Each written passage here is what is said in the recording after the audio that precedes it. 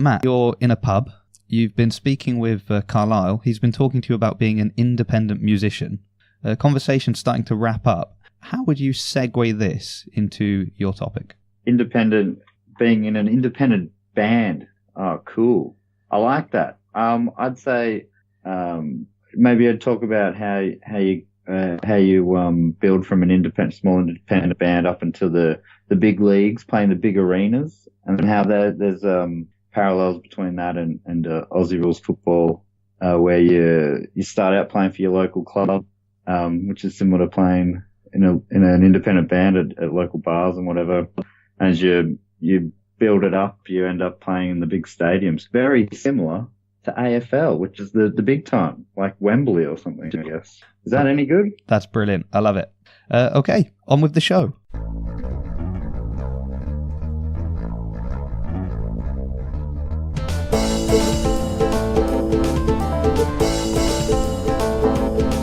Well, he's got a new guest, time to put him to the test. So hey,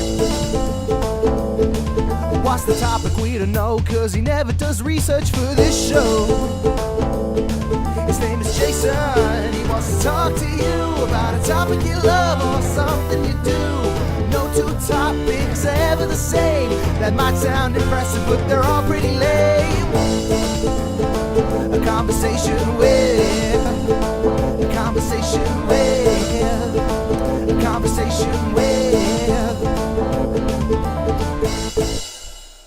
Hello, you're listening to A Conversation With, the podcast where each week I'm joined by a different guest and they bring with them a topic and we have a conversation. And this week joining me is Matt Stewart from Do Go On and also from the Great Primates podcast. He's an Australian comedian and we're very happy to have him on the show to talk to us about Australian rules football. So hello, Matt Stewart. Hey, thanks so much for having me. What a pleasure to be here.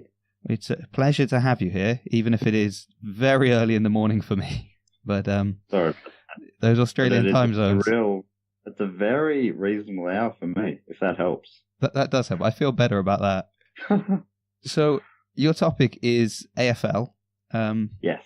Tell me about Australia. So, okay, my first question straight off the bat is it's referred to as AFL, which I'm guessing is Australian Football League.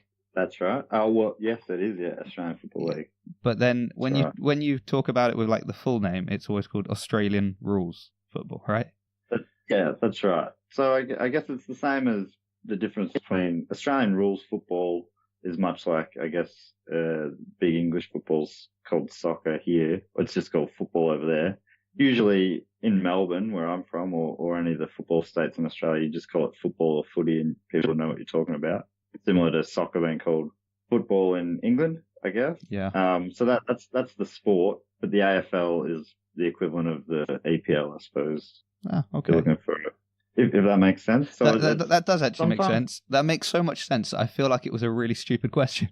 No, not at all. People will probably even more commonly call the sport AFL, even though that's kind of it's a bit weird to do. Like you wouldn't call a game of football at the local park. Oh, we're going to go play EPL, but that's what people will say sometimes, especially people who aren't sort of getting into the game or whatever. All right, yeah. Which I imagine veteran professional footballers would be like, it's not that easy, guys. You're not playing AFL down at the local school. All right, back off. Yeah, a little bit insulting. Pretty aggressive, and maybe the AFL players should back off a bit. You know? Yeah. Goes both ways. So my question would be, what is it then that draws you to football? What is it you like so much about this sport? Because Australia, quite a sporting nation, you've got a lot of options. So what is it that puts Australian football at the top of your list? I think I do love the sport. For starters, obviously that's a pretty important part of it. It's like an amalgamation of so many different sports. It's it's played on the biggest ovals in the world. Like it's played on cricket fields, and it's a lot of running, a lot of skills. Players have to be good at a lot of different things. So I do like the game a lot, and it's fun to watch. But probably more than anything, it's especially in places like Melbourne, Adelaide, and Perth. Those cities in particular, it's it's almost like a religion. It's often described as it's so ingrained in the society. Meeting someone in Melbourne, one of the questions you might ask early on would be, who's your footy team? It's like, I don't know, there's just something about it that it makes it almost bigger than a sport. So you've just raised a question. I already know the answer to the question, but I'm going to ask you anyway. Matt, who's your footy team? The St Kilda Saints. Call them the once mighty Saints, but they are a chronically underachieving football team formed in 1873, and since that time we've won one premiership. So there has to be more to it than just enjoying success or anything like that to stick with a team like that. Yeah, see, I admire that. They won before my time in 1966, same year as the English team won the World Cup. Yeah, I do love that fact, and I like that now I have a better 1966 fact than, oh yeah, that's when England won the World Cup, because everybody knows that. And there's actually a road in Bath called St Kilda, so I see that, right. and I think of you, which is always another weird coincidence. Because so St Kilda's a suburb of Melbourne. It's sort of an inner city bayside suburb, and it was traditionally kind of an artsy area. Now it's been very gentrified, and it's a pretty ordinary beach, to be honest. Melbourne doesn't have great beaches anyway, but I think it was named after a Scottish ship, maybe. That I don't know that for sure, but I feel like that might be what. But if there's a suburb there, maybe it's even named after that street, or I'm not sure, because surely there's no St Kilda, right? Or is there? Oh, I feel like I should know that. Rory Spence, if you're listening, tweet me in because you'll know that. So, he's a Saint expert, is he? He's a Scottish expert. So, and actually, probably he's got a podcast that does a lot of topics very similar to Do Go On. Who copied who? Right. I don't know, but I'm sure he did an episode on Saints. The same idea independently. Yeah. Don't start casting aspersions. Yeah. Wow. I'm sorry, Rory. Well, I was just going to say, so is it, as a Stewart, fine Scottish name, is that what drew you to St Kilda, or is it more that was your dad's team or something like that? Yeah, it is definitely more of a pass down from generation to generation. The Saints, as a team, their heartland is obviously St Kilda, the suburb. They relocated in the mid-60s, just before they won their premiership, to Moorabbin, which is further out, sort of like halfway out through Melbourne's a very spread out city with a lot of suburbs spread over a lot of space, and Moorabbin's probably about halfway out, another half an hour out from the city, and that's where they relocated. They set up a ground there, and that's also where I grew up. So we used to walk down to the local stadium and watch the games. But also my dad's side of the family are all Saints supporters, basically. So I kind of inherited. I actually was born into a Carlton, another team, quite the opposite of the Saints. They're the most successful team of all time, won 16 premierships. But when my family moved to Moorabbin, one of my dad's brothers sat me down. He said, "All right, mate, you go for the Saints now." And I just said, "Oh, okay." Wow. And I feel like now it would take more to convince you to change your team than that. Yes, I think I'm well and truly locked in now. I think you can change once as a 5-year-old, but it'd be weird to change now. I think once you're an adult, you really have to lock that away. Otherwise, you're up for ridicule for sure. Well, that's what I actually find.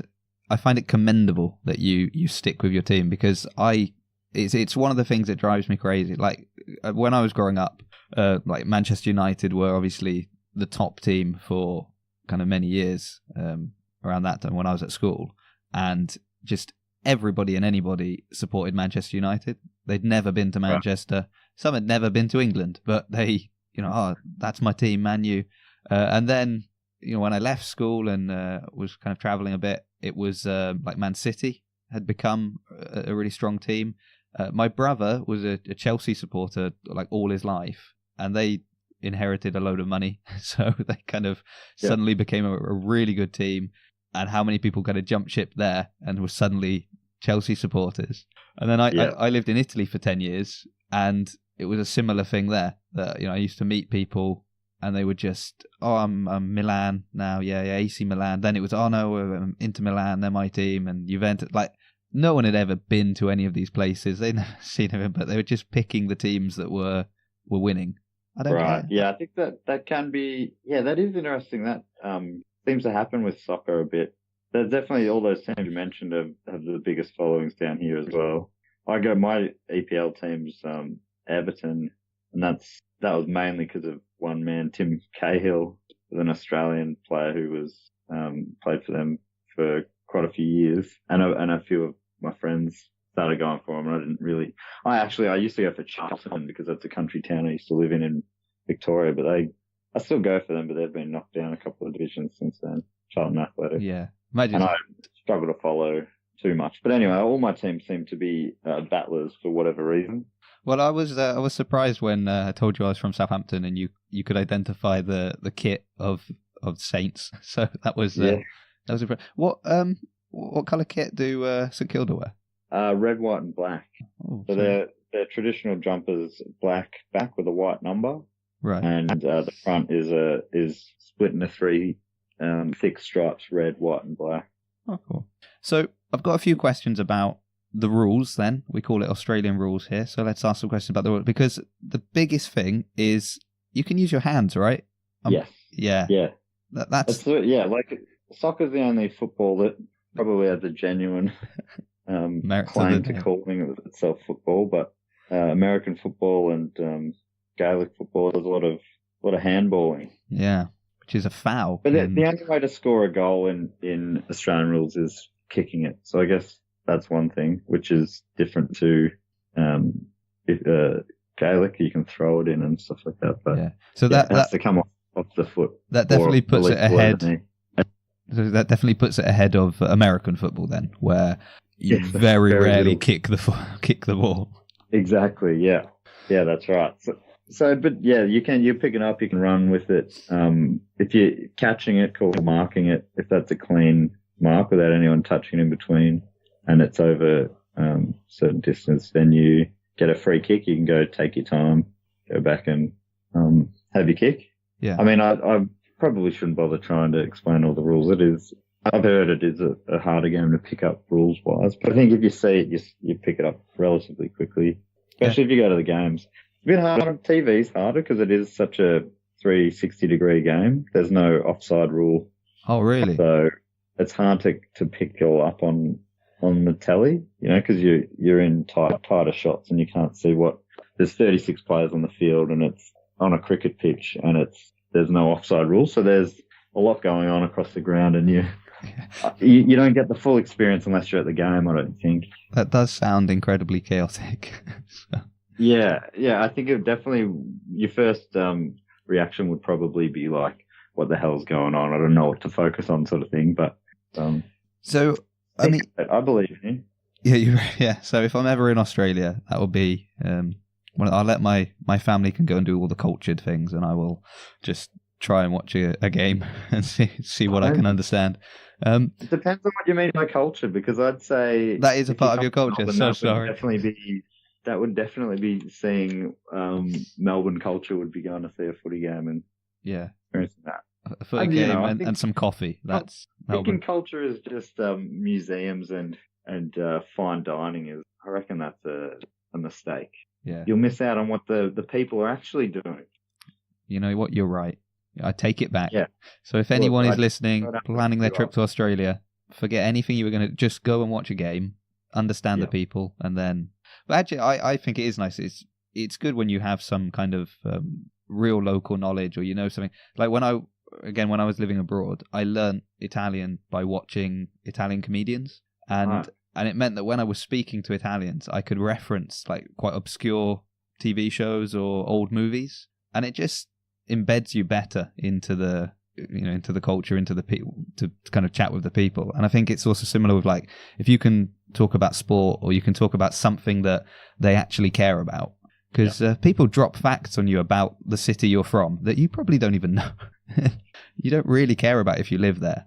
It's like, oh, did you know that this town is famous for this? And you're like, oh no, I didn't know. Didn't know. Didn't care. So how long are the games? They go for approximately 2 hours. Really? So you have Oh, wow. split into 4 quarters of around half an hour each. It depends on that's with stoppage time.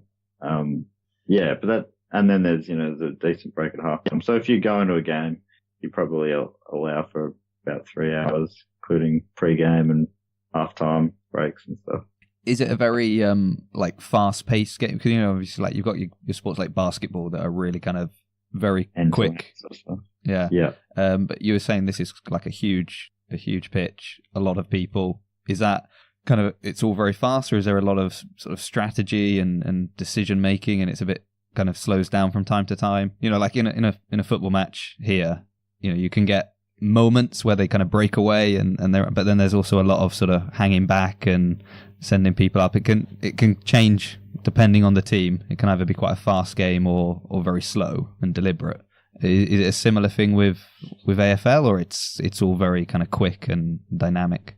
No, yeah, it's that's pretty well describes AFL as well. Depending on the team, depending on the strategy, but it can be quite fast. It also depends on, because all the grounds are different sizes, which is a bit of a quirk, I suppose, similar to, because they're played just on however big the cricket pitches were, basically. So there's no set size of a ground. So different grounds will affect how the game goes a little bit. But yeah, certainly the teams, also the time in the games, like if a team's leading, they might protect their lead. Throw players behind the ball, so you throw extra men into the defence, which can slow down scoring, that sort of stuff. But it has different flow-on effects because it opens up your own forward line. And then, anyway, I'm starting to go off a weird tangent there, but a bit too specific. But yeah, it really can change the quality of the teams and the weather even. Being an outdoor sport, wet weather, and it's a winter game as well, so. In the wet, it can be slower and lower scoring, more of a slog. And then there is one stadium, the Saints' home ground, has a retractable roof. Mm-hmm. So that's more of a fast pitch where you'll get more of those up and down games, end to end sort of stuff.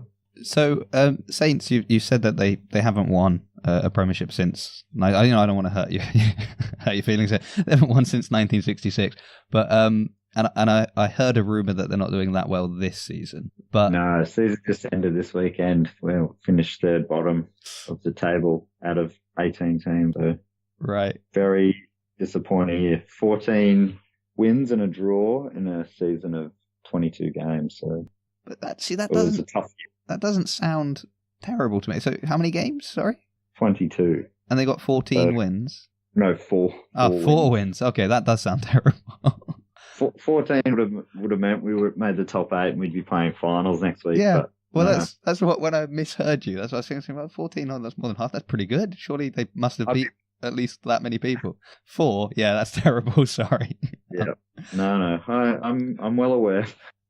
But my question was actually not how bad have they done this year, but generally how, because I think they've not won, but have they been coming relatively high? Have you had any kind of false hope? I mean, I'm thinking back to England almost doing well in the last World Cup, and how excited so many people got. Not me, but many people very excited, only to have their hopes dashed. Is it a similar situation for you there, that they kind of occasionally give you that false hope? Yeah, I think so. I mean, we're on a pretty long stretch of not playing finals. We haven't made finals since 2011. So I think this is the longest stretch of not making finals since I've been on board. And we made the grand final. We made the grand final in 2009 and 2010. So we got very close. In 2009, we only lost 3 games the whole year out of 22 plus finals, and one of those 3 losses was the grand final. So clearly the best team for the year, and couldn't win the premiership. Unfortunately, we lost by just a couple of kicks, and on every stat that day we dominated, but the scoreboard just couldn't put the domination on the field onto the scoreboard. So that's the one that got away. And then the following year we got even closer. We would have been stealing it really, because the team who beat us was the best team of the year. But we were in front in the grand final with. Did we hit the front? Yeah, we hit the front with just minutes to go, and then they kicked a goal back, hit the lead by a point, and then we kicked a point with the clock ticking down, and the game ended in a draw, which is pretty rare in an AFL season of hundreds of games. You'd normally get across all teams. You'd probably get between 1, 2, 3, 4 maybe draws for the whole year. That year, the grand final ended in a draw. Which meant they replayed the game the next week, and we got smashed in the replay, unfortunately. But they also, because that was a weird thing how they would have a replay. I think it was the third grand final in the 100 plus years of the competition that a grand final had to be replayed because of a draw. And since then they've changed the rules, so they'll do extra time if that ever happens again, rather than replay the whole game. Yeah, it sounds like a lot of work for. It was a lot of work. They had to organise another pre-game entertainer. They got Lionel Richie in the short amount of time. Yeah, they had to organise very quickly, and they scored Big Gun. Yeah. Well, is he famously an AFL fan? No. I'd be very surprised if he'd ever heard of the game. Did he know where he was? Just they pull the hood off, and he's just in the middle of a field. Yeah, exactly. I think that was kind of how it would have gone. Like, it's great to be here in read card Melbourne for the. Did he say Melbourne, or would he have said Melbourne? Melbourne, Australia. I love how Americans say Melbourne. It's the best. Melbourne, Australia. Oh, I would love to hear him say that to a crowd of footy fans. Just see their reaction. They all walk out to get a drink, come back when he's finished.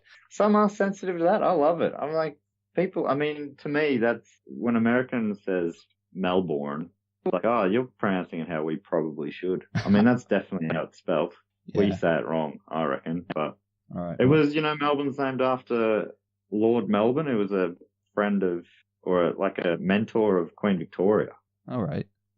What a fun fact. That is a fun fact. Well, we'll ask Jess later if it's a fun fact. Yeah, that's true. She may or may not be on board with that, but yeah. Jess is from my podcast to go on. For your listeners who probably don't know, they all know. I'm sure they know. I'll make them know. So I did actually have a question when we mentioned Lionel Richie. Are there any good players that are not Australian, or is it very much an Australian only sport? It is. It's vast majority Australian, but some of the all-time greats are Irish. There was a legendary player for the Demons called Jimmy Steins, who's now got awards named after him. There's also a premiership player for the Sydney Swans from Ireland called Ty Kennelly. He's also been as a great. There's a current player for Collingwood who finished fourth and are looking pretty good for a crack at the premiership this year. And one of their star forwards is an American called Mason Cox. I think he came across from a basketball upbringing. All these guys are amazing because none of them grew up playing Aussie rules. They came across from other sports. Often it's the Irish players coming across from Gaelic football. The Saints just delisted an Irish player today who played one game for us this year, but obviously didn't quite make it across. But yeah, it's amazing that you even have a chance to get close. But coming far behind. Australians are playing it since they were born, basically. So to come across when you've never played until you're 17 or 18 or whatever. Yeah, especially when you said it's not the easiest game to just pick up and be like, oh, okay, I see how that works. Seems like there's a lot of moving parts that you've got to be aware of, which is even quite unique to a sport, I think, because generally, most sports, while there's a little bit going on behind the scenes, it's very much where's the ball? Okay, that's the focus. Just everything happens around. Even as you mentioned, like English football, it's true you can move about a little bit, but with the offside rule, there's only so much you can do depending on where the ball is on the field, on the pitch. So so I think for people to be like, okay, so I can go anywhere, I can do this, I can do that. Oh, how many people are here? I can catch it, I can kick it, I can. Is it quite a physical sport? Is there contact, or it's very? Yeah, it is. It's pretty physical. There's tackling. It's full contact, and concussions becoming a bigger and bigger issue in the game in recent times. There's a lot of head clashes and that sort of stuff. There was a player from my team had to retire this year from complications from he suffered like 8 concussions in 3 years. So he's like, his doctors are like, it's not worth it. You should retire. So he retired at like, I think he's 24 or 25. It's pretty young. That's very young. It's making me feel very, old. very, very young. Sort of like AFL players can play into their mid-30s sometimes, usually into their early 30s for the best players. But I think if you were jumping around here again, sorry, but I think you normally, as a general rule of thumb, you're seen as being at your peak from your mid to late 20s. It's sort of the peak of your AFL talents, whatever. Well, good to know that there's no chance for me then. So I've already, I'm already past my peak. To be able to rule things out. Yeah, you're still golfers hit a peak into their 30s, so maybe that could be your sport.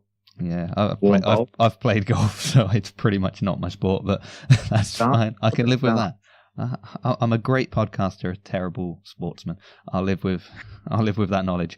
Have you heard of do you know much about Gaelic football? Yeah, well, I stayed in Ireland for a month, so I got to. There was a pretty big match between. I was in Cork, and I think they were playing against Kelly, which is like their rival town. Right. And you couldn't do anything that day. Anyone you met, they would like, I've got to go home and watch the game. So it was very, but that's a brutal sport. Yeah. But it's non-contact, right? Are you thinking of hurling? Am I thinking of hurling? Maybe. Yeah. So what? Hurling with the bat, and that one's full on. Yeah, it's got like where they're using like a tiny ball that's almost like a stone that smashes your teeth out. That's hurling. So that's the other big Irish sport. Gaelic football it's almost like soccer, but you can pick it up as well. So there's a soccer net, but you can also kick it over the net and through the goals, sort of like almost like rugby goals, but below the post is a net. But anyway, I'm no expert on it. I only know as much as I do because they, over the years, they've played an amalgamated sport of international rules, which is mixing some of the rules of Gaelic football and Aussie rules football, and Australia plays against Ireland. Okay, it's funny though because you wouldn't kind of put those two together and be like, it's like this little odd friendship that they've got. You're like, how do you guys know each other? Oh, it's nice. It is. It's an interesting one, but I quite like the concept. They play it on Gaelic football pitches, which are like soccer fields, and they use a round ball like the Gaelic ball, but they have tackling, which is an Aussie rules thing. So it's an interesting mix of the two. I went over and watched a couple of those games in Ireland about 10 years ago, which was a great experience, at Galway and in Dublin at what's the big stadium there? Yeah, but it was pretty awesome to be there to see that.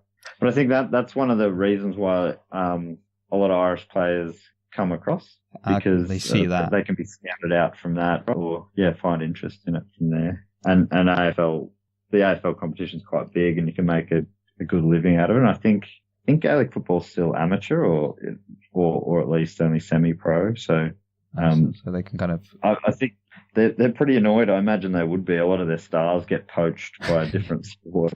That's why it's staying semi-pro. Anytime they get someone that could go pro, they move to Australia. I imagine it's better weather as well, so that's probably. Well, it depends on what you're into. Some people like the cold. Yeah, that's true. I was going to ask you: is there any like pre-game or post-game kind of traditions or things that people do for the Aussie rules football? For supporters or players? Well, either, I suppose. Maybe I'd say the supporters. Is it kind of, because you were saying it's like you've got to carve out a good 3 hours of your day. So yeah, does it? It's a pretty social event, so depends on if a lot of families go along. Something that I've been led to believe is a bit different from things like APL is that fans will sit amongst each other from opposing teams. So the crowds are very mixed in between supporters. So it's a relatively friendly social sport. But you'll see the pubs around the grounds will be pretty full before and after games.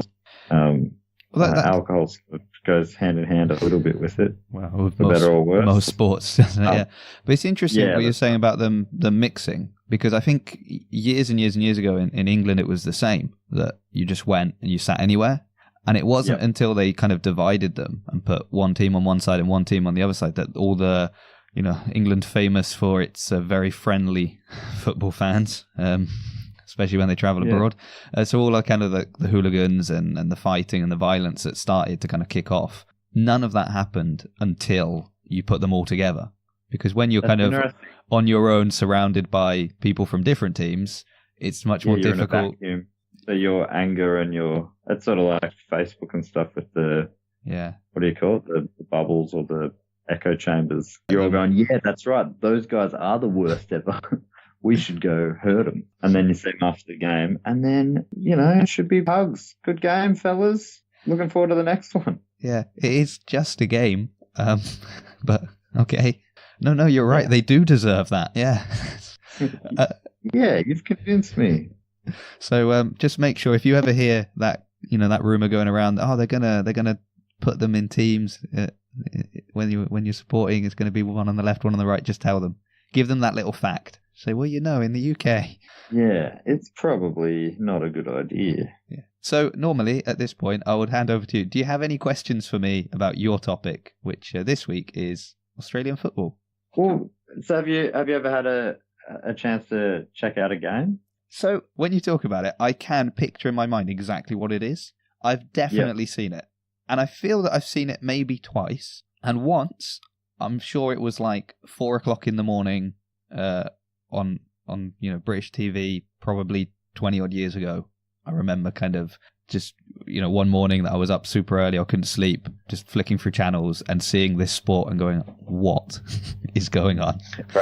And I'm sure the other time will have been in like an episode of Neighbours or Home and Away or some Australian soap that will have had like somebody playing it. Yeah. And again, flicking through channels and probably coming across that and going, huh? Stop. What is that? And then realizing it was just a scene in a show. But all of these will have been between 20 and 25 years ago. So I've not seen it recently at all. But kind of like a sports equivalent of a native Australian animal, Yeah. Like it looks like, I can tell it's an animal, but what a weird looking animal. Like a platypus or a kangaroo or something. Yeah, I think Australia just likes to do that. They're famous for like the double take.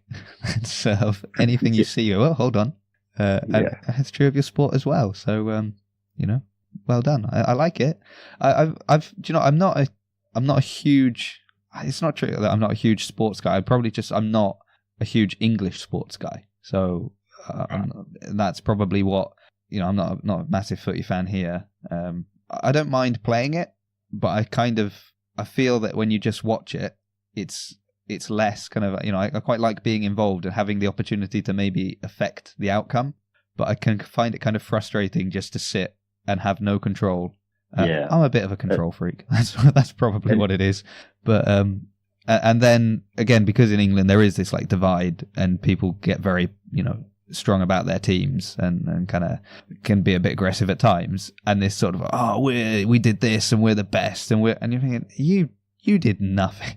You just picked a team.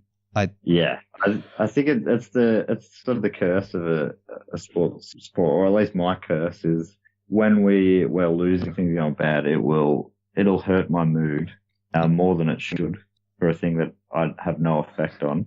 It's like I got to remind myself that I'm watching a group of strangers play a made-up thing. But if we win, then I'll remember that. So you have a win, and you're like, don't be too happy. You didn't do anything, mate. Yeah. So there's no. I kind of feel like a loser either way. Yeah, you're a loser because it's like they lost, and you're really sad that they lost, or it's because the only thing that brings joy to your life is what some other people did. Exactly. I had to make a conscious decision to be like, hey, don't let this ruin your weekend anymore. It doesn't make any sense. I think you got to care a bit to make, like, if you don't care, then I find sport pretty boring if you don't care about the result for some way or another. Yeah. But Well, I get that. I mean, that is kind of the purpose. Well, I mean, there are people that say I watch it because it's a beautiful game, and I admire the skill of these people. But at the end of the day, the skill is that they're able to get more points than the other people. So that's right. Because I'll watch plenty of the neutral games. I'm really looking forward to this final series coming up, even though my team was nowhere near qualifying. And so I'll enjoy those games, but I'll just naturally be barracking. I won't always know who it's going to be until the game starts, but for whatever reason, I'll always end up barracking for one team or the other to some degree. They've all got stories as well, you know. The team I'm going for in this final series is the Demons, because it's been even long. Their last premiership was in 1964, so their supporters have stuck with them. They deserve a bit of joy, I think. So, like the only team you can feel sorry for. Yeah, pretty much. Don't worry, guys. Oh, I know it's been so long for you. I mean, it's been long for us, but for you guys, it's just it seems like it's been forever. How do you? Well done for sticking with them. But then, if they do win, that leaves us way out on our own. That's true. By far the longest losing streak in the comp. Oh yeah. There's teams that have joined the competition since, like the Perth team, West Coast Eagles, joined in '82, I think, and they have won 3 premierships. 1982, that is. The Saints were formed in 1873 and have won 1. So yeah, well, it's pretty brutal. Adelaide's won 2 in there, and they joined in the '90s. Well, it's it's modern technology, isn't it? It's easier for them. That's what it is. Yeah, exactly. So there's a segment of the show we like to finish with. It's relatively new, but it's called Questions Without Context. So I put out a tweet last night, quite late for this very early morning pod. So I've had a couple of questions come in. They don't know who the guest is. They don't know what your topic is. So it has nothing to do with what we talked about so far. But just a few questions to finish up with. Question 1 is, why are tacos so good? Do you like tacos? I love, assuming you mean tacos, I do love them a lot. Is that what you mean? That's what I mean. Sorry. The food? The food, yeah. What did you say tacos? I say tacos, yeah. I'm Great. not Mexican. So no, I mean, look, Australians don't pronounce anything right. I'm sure tacos is probably how it's meant to be said. Do you know, I've probably got a load of listeners now in the UK going, I didn't know what you said either. So right, no, because I think taco here means that's like a abbreviation of a what is it? Taco is like on a souped up car. Oh, really? There's a little dial on the front, but it's short for tachometer or something like that. Okay. Let's see. I'm looking it up. It's an instrument measuring the rotation speed of a shaft or disc. That's what I was like. Okay. Why are tacos so good? I'm like, well, explain then. Why is that so good? What you meant? Okay, so why the tacos? Why are they so? I genuinely love Mexican food, burritos and tacos. At least whatever the version Australia puts out, which I'm sure only have a passing resemblance to the genuine article. But I don't know. I just think it's just got everything I love: beans, avocado, cheese. And then I know this is not what genuine ones would be. I think genuine Mexican food doesn't have so many ingredients pushed in, but I love it. It's just, I'd say it'd be just about my favorite food. I can't explain exactly why it's the best, but it just is. Well, I'm glad that we got a response at least. So that's like you said, I hate them. They're horrible. Oh, you hate them? No, I don't. No, I like them, but to be honest, Did you put your finger on it? I can't remember the last time I had one though. It's been. Do you know what? I'm gonna have to go out and get some because they've come up a couple of times. That's probably why this person, this is Dante that sent in this question, and he's been on the podcast and also on the game show one, and Mexican food's come up a lot on both, so it's probably for that reason. Next question: who is your most well-known / coolest ancestor? Wow. Oh, I don't even know if I had one. I was going to say, I assume I have ancestors, but I couldn't tell you who they are beyond my grandparents. Yeah, that's right. I mean, I don't know. I'm trying to think of anyone who did something extraordinary.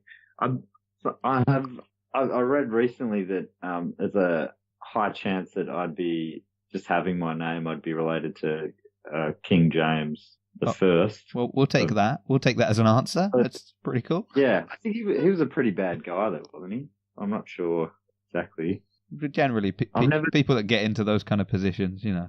Yeah, in those days, they're probably not the best, right? But yeah, I'm trying to think who, because I know Jess has got a relative who was an Australian Prime Minister briefly. Yeah, she may have brought that up on your podcast once or twice. Yeah, I would too if I was her. But I'm going to go with that. King James I. Okay, we will accept that answer. Excellent. Okay, Cool, final question then. What's the It's a great question, though. Do you have an answer to that? Do I have an answer to? I could not tell you. I could try and Google my name, but I'm going to do a family tree before I come back on this show. Yeah, and I'll get back to you. Okay. Well, nice that there's hope that you might come back on. That's already a positive. Final question then. What's the strangest thing you've been caught doing and had to explain? Oh man, that is a very, it'd probably be, I imagine it would be something about something like listening to myself on or something embarrassing like that, listening back to a stand-up set or something on speaker, and that someone walks in on that, and that must look pretty egomaniacal or whatever the word is. But it's like, oh no, I'm trying to see what I mucked up and how I can improve it. So I'm not listening back on, yeah, nailed it again. Yeah. It's more listening and self-hatred and with the dream of improving rather than, but I don't think that's how it has looked when that has happened. Yeah. You're like, oh yeah. Especially if they have walked in and you have just said, yeah, nailed it again. They're probably... Yeah, that's true. But I mean, I was being ironic, which people never accept that, but I definitely would have been. Oh, well, thank you very much for buying out some time and coming on the show, Matt. We really appreciate it. I appreciate you having me on. Before you go, I've just looked up, and this is with short notice. It's only on Wikipedia, so apologies for that. But I believe that Wikipedia is generally pretty good. The origin of the name St Kilda.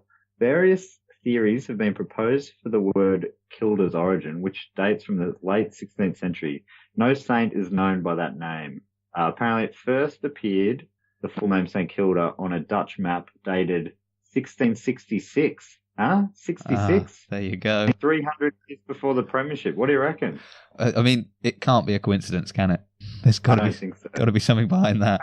Apparently, they think it might have been derived from the Norse Sant Kelda, which meant sweet well water. Oh, wow. So which is, what a beautiful origin.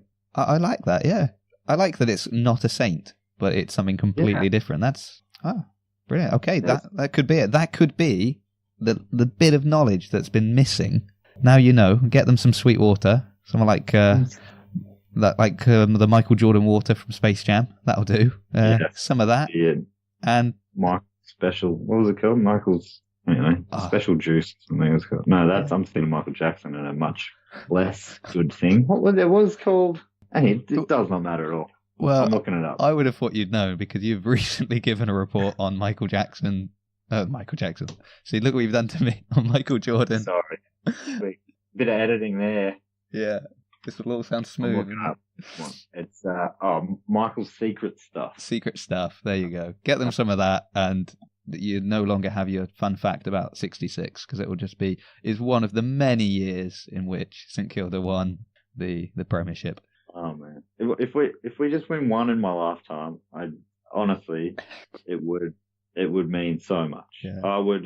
I'd be happy to give the sport away, basically. Yeah.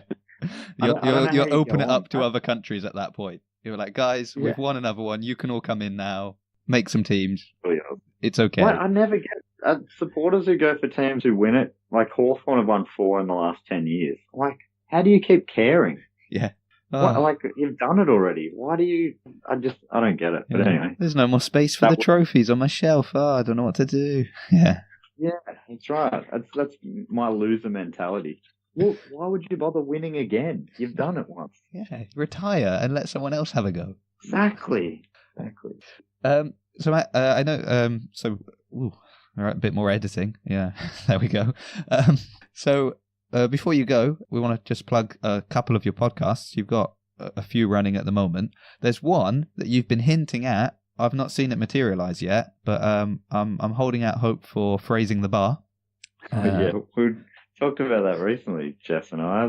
That's it's definitely going to happen in some form or other at some point before too long. Patreon-only bonus episode of Primates, maybe. Yeah, it could be something like that. Yeah, potentially. I'm not sure exactly, but yeah, the idea is to go through all the movies of Brendan Fraser, which should be a lot of fun. Apparently, I just heard on another podcast, Planet Broadcasting, Weekly Planet, that he has just been cast in a new TV series called Robot Man or something. I think he's playing. Yeah, I think they said he's going to be playing Robot Man in Doom Patrol. Is it? It's like a DC Comics. Great character. Yeah. If I paid attention to James and Mesa, which maybe I was working when I was listening, so I'm not sure, but I'm pretty sure that's what they said. I was falling asleep, but I late at night. I like to go to sleep with James and Mesa in my ears. Yeah, very nice. Soothing. Yeah. So the Phrasing Bar, that's one, and then Primates is another, which is about primates and popular culture. Go through different movies and TV shows, and this week's episode was about a comic, or whenever this was released, a few weeks ago, it was about a comic book character called Hit Monkey, which is a Marvel character. The one about to come out is about Donkey Kong, the video game. Oh, who's doing that? It's Naomi Higgins and Evan Monroe Smith. So Evan does a YouTube gaming show called Gamey Game. And Naomi's often on that. She's also been a guest on Do Go On to talk about the classic movie, The Room. But that was a real fun episode. I'm just about to edit it now. Well, not edit it, put the music at the start and finish. Yeah. And and then Do Go On, the other one. That's the one I've been doing the longest for about almost 3 years. And that's a podcast about different topic each week. We actually did an episode about AFL, which a few years back, which was, if people are interested in the history of the game, the origins and where it came about. It started in is it Rugby University or something in a university in England? Basically the same, had a very similar origin to the sport of rugby. Anyhow, very fascinating stuff. And that's on Do Go On, which is a good amount of fun. And we're coming over to do live shows over in England and Edinburgh in a couple of months, which is exciting. Are they all sold out now? In Perth. I believe there's maybe a handful of tickets left for Birmingham. Right. And I'm not sure. Yeah, there was a second show in Birmingham, and I think there are some tickets still available for that. Potentially some for the second London show as well. I'm not 100% sure. Yeah. Okay. Well, by the time this goes, this should be, if you're listening to this should be the 12th of September. So there's still time. They might be sold out, but maybe you can find some somewhere. Who knows? Just turn up at the door, pretend to be somebody else, try and get in, squeeze yourself kind of through fake beard that you may. Yeah. And if it's coming out in September, that's right in the finals time. So if you like the idea of checking out a game of footy, I think is it on. What is it? Setanta Sports, something over there. There's a cable channel that shows AFL games, and the finals would be a great time. It's just 4 weeks, 8 teams, 2 get eliminated in week 1, 2 get eliminated in week 2, and it gets down to the grand final in week 4, where they play off for the premiership. So yeah, it's not a huge commitment. If people are interested in that, 4 games in week 1, 2, and then 1. So what's that? 9 games. And it's a crash course in AFL football. You will be experts by the end. Then you go back and listen to that episode of Do Go On, and then fan for life. And just exactly. Remember that it's St Kilda or nobody at this point. Don't pick one of those teams that keep winning. Get in at the ground floor. Yeah, our time will come. And just think how good you'll feel about it when it happens. Exactly. So this. Yeah. So have you got any live shows that you're doing? Any stand up around end of September anywhere? That's a very good question. I think I'm sure I would be around Melbourne. If you want to find out about that, you can check out my website, mattstewartcomedy.com, or on my social media. I'll probably post about it. Matt Stew _art or Matt Stewart Comedy on Facebook and Instagram. But also I'm trying to tee up a London stand-up show when we're over in November. So hopefully, I don't know why I'm assuming your listeners are all in England. Well, majority are in England, so why not? Yeah, so I'm talking to some venues to try and do a couple of hour shows over there with semi-plans of maybe even recording it, but that's all in the early stages of planning this. A lot of sizzle has been dropped at the end of this episode. So for any of you people that kind of gave up before the end, I'm so sorry. You've missed out on the gold. We keep the gold at the end. That's the trick. Yeah, right. That's right. Well, thank you again for joining us, Matt, and thank you everyone who listened all the way to the end, and we hope to see you all next week. Of course, you can also head across to my other show, Getting to Know Who, where each week we have two contestants that are battling it out, answering questions about a complete stranger. So that's a new show. Head on over there if you can. We appreciate the support.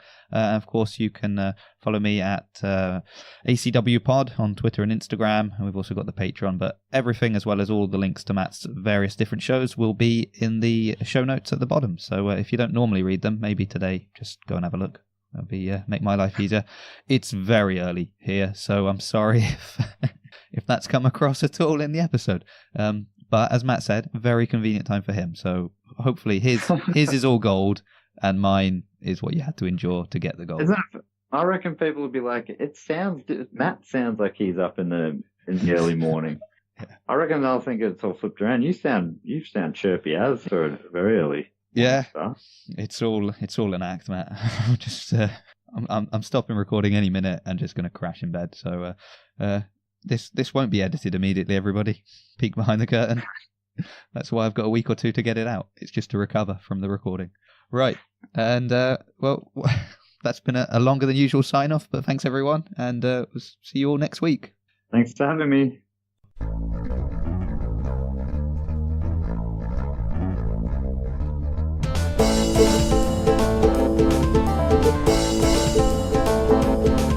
Well, he's got a new guest, time to put him to the test. So hey, what's the topic? We don't know, cause he never does research for this show. His name is Jason, he wants to talk to you about a topic you love or something you do. No two topics are ever the same. That might sound impressive, but they're all pretty lame. A conversation with